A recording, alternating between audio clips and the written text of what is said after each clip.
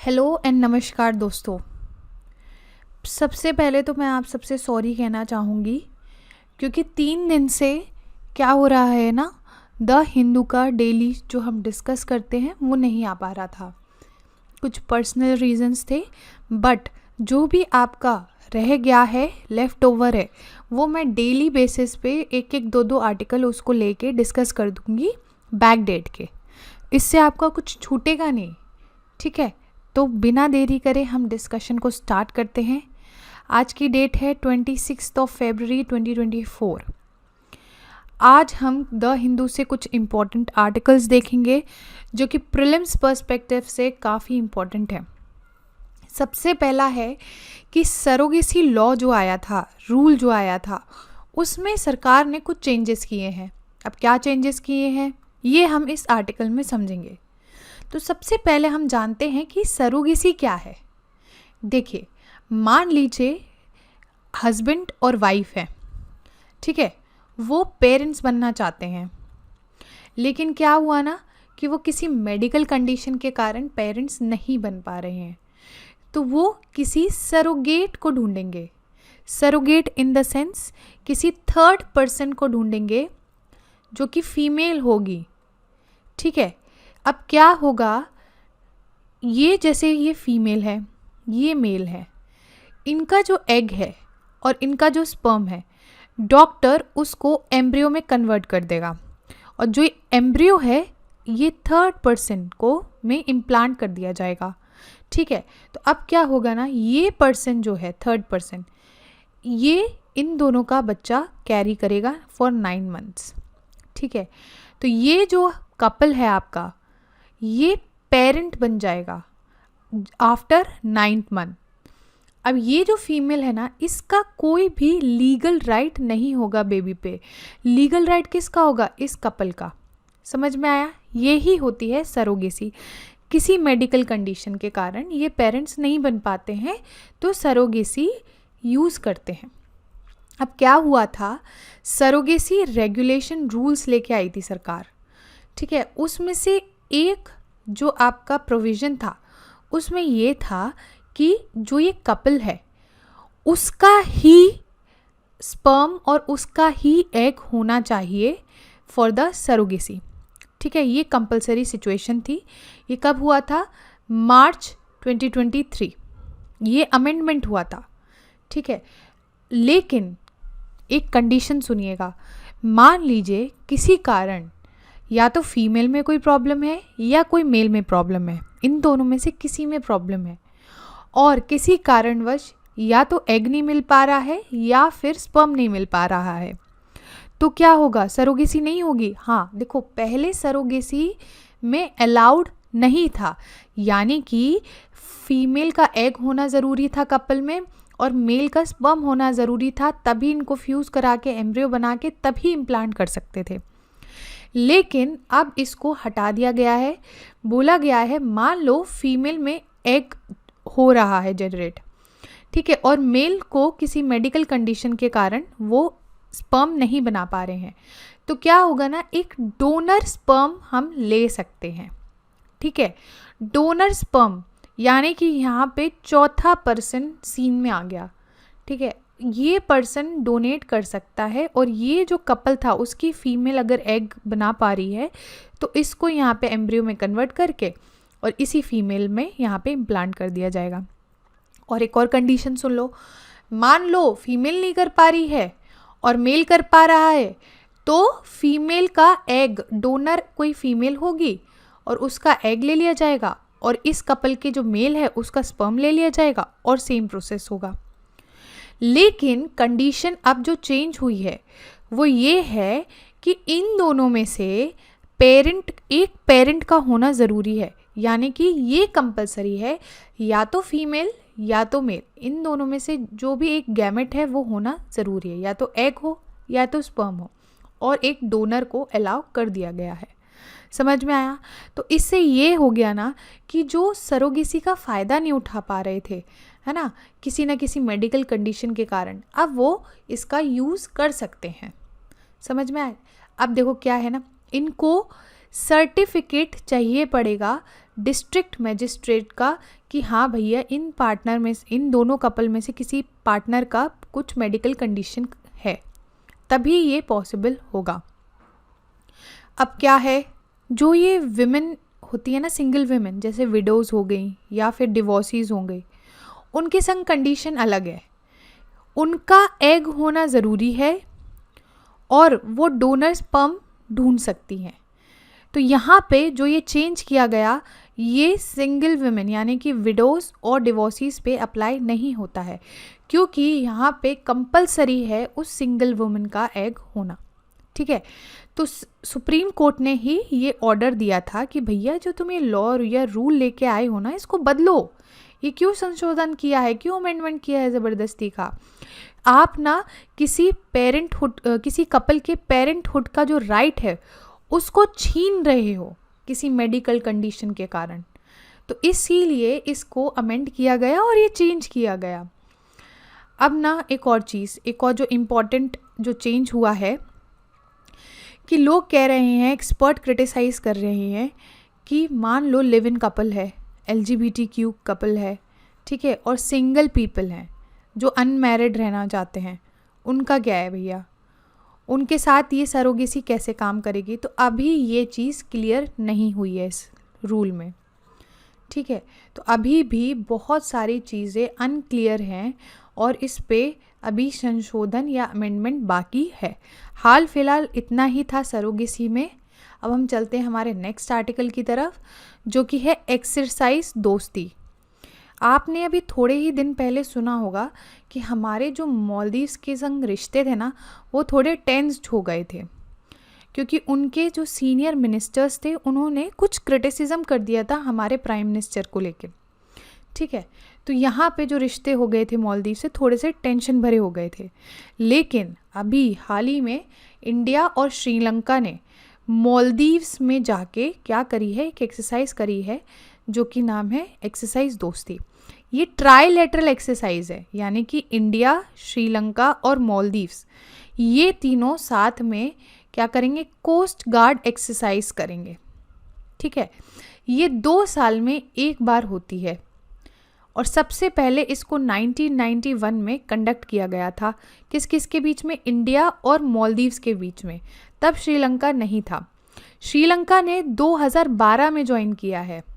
ठीक है, और जो एक्सरसाइज दोस्ती है ना, आखिरी बार 2021 में हुई थी, फिर उसके बाद हो नहीं पाई थी। ठीक है, अब ये क्यों है, ऑब्जेक्टिव क्या है? ऑब्वियसली बात है, फ्रेंडशिप बढ़ा लो, इन म्यूचुअल ऑपरेशनल कैपेबिलिटी बढ़ा लो, कोऑपरेशन बढ़ाओ आपस में, है ना, ये तीनों कंट्रीज़ का। अब कौन कौन से एरिया ऑफ कोऑपरेशन है कि सी में जो भी एक्सीडेंट्स होते हैं उनको असिस्टेंस दे सको, सी पॉल्यूशन जो हो रहा है उसको हटा सको, ऑयल स्पिल्स जो हो रहे हैं उनको एड्रेस कर सको। और जो अभी हाल ही में एक्सरसाइज हुई है वो 16th एडिशन है। ठीक है, और ऑब्जर्वर स्टेटस किसको मिला है? बांग्लादेश, यानी कि इसमें 4 कंट्री इन्वॉल्व हैं। पार्टनर्स तो कौन कौन सी है? मालदीव्स, इंडिया, श्रीलंका, लेकिन बांग्लादेश क्या थी? ऑब्जर्वर कंट्री थी। ठीक है, और जो इंडिया है ना, ये ICGS समर्थ को सेंड कर रही है, अभिनव को सेंड कर रही है और डोमियर को सेंड कर रही है एक्सरसाइज के लिए। तो ये था हमारा इम्पॉर्टेंट आर्टिकल, क्योंकि बहुत इम्पॉर्टेंट है मालदीव्स के साथ, क्योंकि टेंशन भरे रिश्ते हो चुके थे। तो ये एक राहत की सांस दे रही है ये एक्सरसाइज इन दोनों के रिश्तों के लिए। हम चलते हैं हमारे नेक्स्ट आर्टिकल की तरफ। सिपाही जला वाइल्ड लाइफ सेंचुरी, ये क्या चीज़ है? देखो, ये एक वाइल्ड लाइफ सेंचुरी है जो कि कहाँ लोकेटेड है? ये त्रिपुरा। ठीक है, ये लोकेशन जानना ज़रूरी है, UPSC डायरेक्ट क्वेश्चन पूछता है। और इसको 1972 में क्या किया गया था? इस्टेब्लिश किया गया था। यहाँ पे क्लाउडेड लेपर्ड्स बहुत ज़्यादा मिलते हैं और क्लाउडेड लेपर्ड नेशनल पार्क भी इसका हिस्सा है। बहुत इम्पॉर्टेंट है, बहुत बहुत इम्पॉर्टेंट है, नोट कर लेना इसको। क्लाउडेड लेपर्ड नेशनल पार्क कहाँ है? त्रिपुरा में है। और किस वाइल्ड लाइफ सेंचुरी का हिस्सा है? सिपाही जला वाइल्ड लाइफ सेंचुरी का हिस्सा है। इसमें 2 नेचुरल लेक्स हैं। कौन कौन सी? अब्बा सारिका एंड अमृत सागर। ठीक है, ये लोकेशन देख लो और ये क्लाउडेड लेपर्ड की फ़ोटो है। क्या होता है ना, इमेज जो पिक्चर होती है उससे हमें ज़्यादा याद रहता है। हम चलते हैं हमारे नेक्स्ट आर्टिकल की तरफ, जो कि है पॉजिट्रोनियम से रिलेटेड। थोड़ा सा टिपिकल है, थोड़ा सा टेढ़ी है, लेकिन हम बहुत ही ईजी लैंग्वेज में इसको समझ लेंगे ये क्या चीज़ है। Anti hydrogen experiment, gravity interferometer और स्पेक्ट्रोस्कोपी, इसको क्या कहेंगे, आईगीज। ये क्या चीज़ है? देखो, ये एक तरीके का एक्सपेरिमेंट है, ठीक है, जब बहुत सारे देश आके कर रहे हैं। इसका मेन मकसद क्या है, यानी कि मेन गोल या मेन एम क्या है? जो जैसे आपका मैटर होता है ना, ऐसे ही आपका एक एंटी मैटर होता है। अब आप बोलोगे मैम मैटर, समझा देती हूँ, चलो वो भी समझा देती हूँ। मैटर जो भी आपके आसपास सॉलिड, लिक्विड, गैस, जो भी चीज़ें आपको दिखती हैं, प्लाज्मा हो गया, ये सब एटॉमिक पार्टिकल से बना होता है, ठीक है। जैसे आपका इलेक्ट्रॉन्स हो गए, ठीक है, प्रोटॉन्स हो गए, और क्या होता है, न्यूट्रॉन्स हो गए, ठीक है। ये सारी चीज़ों से बना होता है आपका मैटर। ऐसे ही एंटी मैटर जो होता है इसका ऑपोजिट होता है। ऑपोजिट कैसे? जैसे आपका मैटर इलेक्ट्रॉन, प्रोटॉन, न्यूट्रॉन से बन रहा था, ऐसे ही एंटी मैटर किससे बनेगा?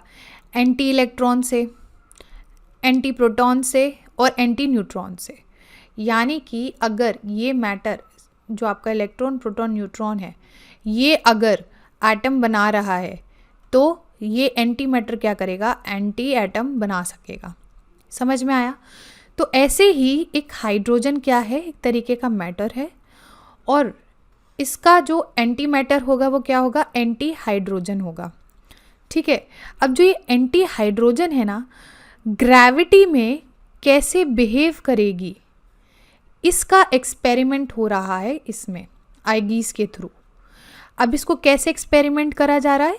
इसको ना बहुत ठंडा करके, बहुत जो कम टेम्परेचर में अगर इस चीज़ को ले आए, एंटी मैटर को हम ले आए, तो हमें पता चल जाएगा कि ये चीज़ें कैसे काम करेंगी। और डिटेल में मैं समझाती हूँ जिससे आपको बिल्कुल भी डाउट ना रह जाए।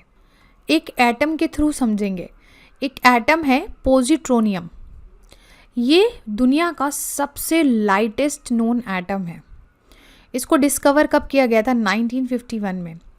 इसमें सिर्फ एक इलेक्ट्रॉन होता है और एक पॉजिट्रॉन, यानी कि सिर्फ एक इलेक्ट्रॉन, और इलेक्ट्रॉन का जो एंटी मैटर जो होता है, यानी इलेक्ट्रॉन का जो ऑपोजिट होगा, पॉजिट्रॉन कहेंगे उसको, ये मिलकर क्या बनाते हैं? आपका पॉजिट्रोनियम। इसकी लाइफ ना बहुत छोटी होती है, क्योंकि सिर्फ इसको इतने second, 142 billion of a second लगता है गामा रे में कन्वर्ट होने में, ठीक है। तो ये जो है ना, ये परफेक्ट सिस्टम है आईगीज के अंडर एक्सपेरिमेंट का। अगर इसको बहुत ही कम टेम्परेचर में कूल किया जाए, ठंडा किया जाए, तो हम जो मेजर करना चाहते हैं ना, हाइड्रोजन, एंटी हाइड्रोजन का ग्रेविटी पे क्या असर पड़ेगा, या ग्रेविटी का एंटी हाइड्रोजन पे क्या असर पड़ेगा, तो ये चीज़ हम बहुत अच्छे से जान पाएंगे। इसीलिए जो आपका पॉजिट्रोनियम है वो काफ़ी इम्पॉर्टेंट हो जाता है। हमने मैटर और एंटी मैटर तो समझ ही लिया है, लेकिन जो ये आईगीज है ना, ये बहुत सारे फिजिसिस्ट को इन्वॉल्व कर रहा है, यानी कि कोलैबोरेशन है इस एक्सपेरिमेंट में, और इसमें से यूरोप भी है और इंडिया के भी फिजिसिस्ट इसमें इन्वॉल्व हैं। तो यानी कि हमारे लिए भी इम्पोर्टेंट हो जाता है। एक सवाल, ये सर्न क्या है? European council for nuclear research. देखो, ये ना एक तरीके की एंटी मैटर फैक्ट्री है, यानी कि यहाँ पे बहुत सारे एंटी मैटर रिलेटेड जो भी एक्सपेरिमेंट्स हैं यहाँ पे कंडक्ट होते हैं। इसको 1954 में इस्टेब्लिश किया गया था। ये कहाँ पे है? France Swiss border near Geneva, ठीक है। इसमें 23 मेंबर स्टेट्स हैं, और इंडिया क्या है? एक एसोसिएट मेंबर है, फुल टाइम मेंबर नहीं करेंगे, एसोसिएट मेंबर है। और जो भी यूनिवर्स में बन रहा है या कैसे काम कर रहा है, इसको यहाँ पे एक्सपेरिमेंट के थ्रू जाना जाएगा, उसके राज खोले जाएंगे। तो ये काफ़ी डिफ़िकल्ट आर्टिकल था पॉजिट्रोनियम से रिलेटेड। आपको समझ में आना चाहिए कि पॉजिट्रोनियम है क्या। इलेक्ट्रॉन और उसका एंटी मैटर जो है ये मिलके एक एटम टाइप का बना रहे हैं जो सबसे हल्का है वो पूरे दुनिया में। अब इसको अगर हम ठंडा कर दिया हमने बिल्कुल लोएस्ट टेम्परेचर पे, तो हमें बहुत सारी चीज़ें मिल जाएंगी, जैसे कैसे ग्रेविटी काम करती है एंटी हाइड्रोजन पे, एंटी मैटर पे। ठीक है, अब हम चलते हैं हमारे नेक्स्ट आर्टिकल की तरफ, जो कि है Cantor's giant soft shell turtle से रिलेटेड। पहली ब्रीडिंग पॉपुलेशन मिली है इनकी Cantor giant soft shell turtle की, कहाँ पे मिली है? चंद्रगिरी रिवर केरला में। अब ये बहुत बड़ी बात क्यों है? क्योंकि ये जो टर्टल है ना, इनका नेचर बड़ा अजीब सा है, मतलब ये गुमसुम रहते हैं, ऐसा बोल सकते हो। सीक्रेटिव नेचर है इनका और ये काफ़ी रेयर हैं, तो इसीलिए ये बड़ी बात है। और ये ना IUCN स्टेटस में क्रिटिकली एंडेंजर्ड हैं। तो अगर इनकी पॉपुलेशन मिल रही है तो यानी कि हम इनको कंजर्व कर सकते हैं, है ना। तो ये इम्पॉर्टेंट हो जाता है, क्योंकि वैसे भी क्रिटिकली एंडेंजर्ड जितने भी स्पीशीज़ हैं UPSC के लिए काफ़ी इम्पॉर्टेंट है। अब देखो, इनको Asian giant soft shell turtle भी कहा जाता है और the frog faced soft shell turtle भी कहा जाता है। ये कहाँ कहाँ मिलते हैं आपके? Eastern and southern India, Bangladesh, Burma और भी साउथ ईस्ट एशियन की जो कंट्रीज़ हैं वहाँ पे भी मिलते हैं।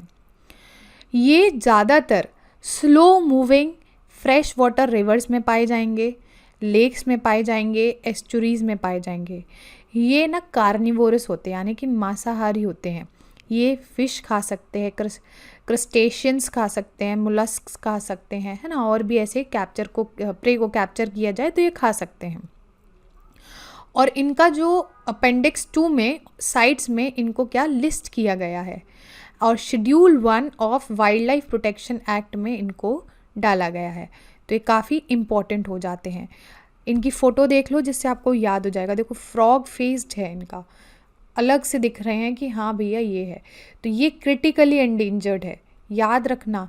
फ़ोटो इसलिए ही दिखाती हूँ जिससे आपको याद रहे, ठीक है। अब थोड़ा सा चंद्रगिरी रिवर के बारे में जान लेते हैं। इसको और क्या कहा जाता? पेरमपुजा रिवर बोला जाता है। ये लॉन्गेस्ट रिवर है कसरगोड डिस्ट्रिक्ट की, केरला में। डिस्ट्रिक्ट की लॉन्गेस्ट रिवर है, केरला की लॉन्गेस्ट रिवर नहीं है, याद रखना, ठीक है। इसको किस नाम से, यानी कि किसके नाम पे ये रिवर पड़ी है? मौर्यन एम्परर चंद्रगुप्त मौर्य के नाम पे इस रिवर का नाम रखा गया था। ये कहाँ पे ओरिजिनेट होती है? Tala Kaveri wildlife sanctuary, western ghats of Karnataka में इसका जो ओरिजिन है यहाँ से होता है, कर्नाटका से, ठीक है। और जितने भी एग्रीकल्चर नीड्स हैं, ये हैं वो हैं, सारी चीज़ें चंद्रगिरी रिवर देती है। और देखो, चिमनाड़ जो है ना, उसको लैंड ऑफ चंद्रगिरी भी कहा जाता है, याद रखिएगा। तो ये था हमारा आर्टिकल स्पीशीज़ से रिलेटेड, जो कि क्रिटिकली एंडेंजर्ड है। अब हम चलते हैं आगे। हमारा नेक्स्ट आर्टिकल है ग्रे जोन वॉरफेयर से रिलेटेड। अब ये चीज़ क्या है? देखिए, रायसीना डायलॉग हुआ था हाल ही में 2024, ठीक है। अब यहाँ पे क्या हुआ ना, इंडिया का जो चीफ ऑफ डिफेंस स्टाफ हैं उन्होंने ग्रे जोन वॉरफेयर के बारे में चर्चा करी। अब ये चीज़ क्या है ग्रे जोन वॉरफेयर, इसके बारे में हम जानते हैं। मान लो 2 कंट्रीज़ हैं, A और B। इन दोनों में बहुत तरीके के युद्ध हो सकते हैं। एक तो डायरेक्ट युद्ध है, ठीक है, कि भैया डायरेक्ट आपने मिलिट्री लॉन्च कर दी और एक दूसरे से लड़ रहे हैं बॉर्डर पे, ठीक है, एक तो ये है। एक ऐसा होता है कि दोनों में स्टेटस को है, यानी कि पहले युद्ध हुआ है, अब इन लोगों ने कुछ बोला कि हाँ भैया ये एरिया तुम्हारा, ये एरिया हमारा, और स्टेटस को मेंटेन करेंगे, ठीक है। अब इन दोनों के बीच में क्या है? एक ग्रे जोन वॉरफेयर, यानी कि A कंट्री और B कंट्री। मान लो A कंट्री ने B कंट्री पे साइबर अटैक कर दिया। अब साइबर अटैक डायरेक्ट अटैक नहीं होता है, यानी कि आप मिलिट्री पे लॉन्च नहीं कर रहे हो, और ये साइबर अटैक ना मिलिट्री पे नहीं होगा, यहाँ पे आप क्या करोगे, जो भी आपके फाइनेंशियल इंस्टीट्यूशंस हैं जैसे बैंक वगैरह हो गए, है ना, और जो भी इम्पोर्टेंट जैसे बिजली विभाग हो गया, ऐसी ऐसी जगह यहाँ पे आपने साइबर अटैक कर दिया ए कंट्री ने बी कंट्री के ऊपर। अब इससे क्या होगा, डायरेक्ट अटैक भी नहीं हुआ, लेकिन जो देश कंट्री बी की जो अर्थव्यवस्था है और जो लोग हैं वो इस चीज़ से क्या होंगे, प्रभावित हो जाएंगे। तो ये क्या कहा जाएगा, ग्रे जोन वॉरफेयर कहा जाएगा। समझ में आया? अब आप सोच रहे होगे कि ये ग्रे जोन वॉरफेयर क्यों? देखो, सबसे पहला रीज़न है कि आप ना डायरेक्ट युद्ध भी नहीं कर रहे हो, डायरेक्ट वॉर भी नहीं कर रहे हो, लेकिन देश बी के ऊपर आप क्या कर दे रहे हो, हमला भी कर दे रहे हो। यानी कि देश बी क्या होगा, आपका इम्पैक्ट हो जाएगा इस चीज़ से।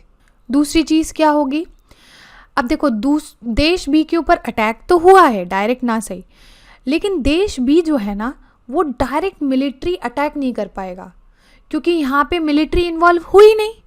तो जो देश बी है वो अब डायरेक्ट अटैक नहीं कर पाएगा। तीसरी चीज़ क्या है, देखो देश ए क्या करेगा ना, धीरे धीरे देश बी की जो इंटरनेशनल पोजीशन है उसको कमज़ोर करता चला जाएगा। समझ में आया? तो इसीलिए जो आपका ग्रे जोन वॉरफेयर जो स्ट्रैटेजी है ये काफ़ी इम्पॉर्टेंट हो जाती है।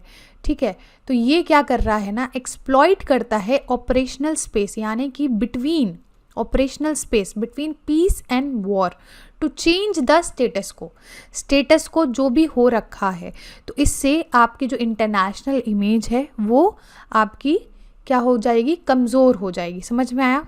ये जो रायसेना डायलॉग है ना, इंडिया का flagship conference Jio politics and Jio economics में है।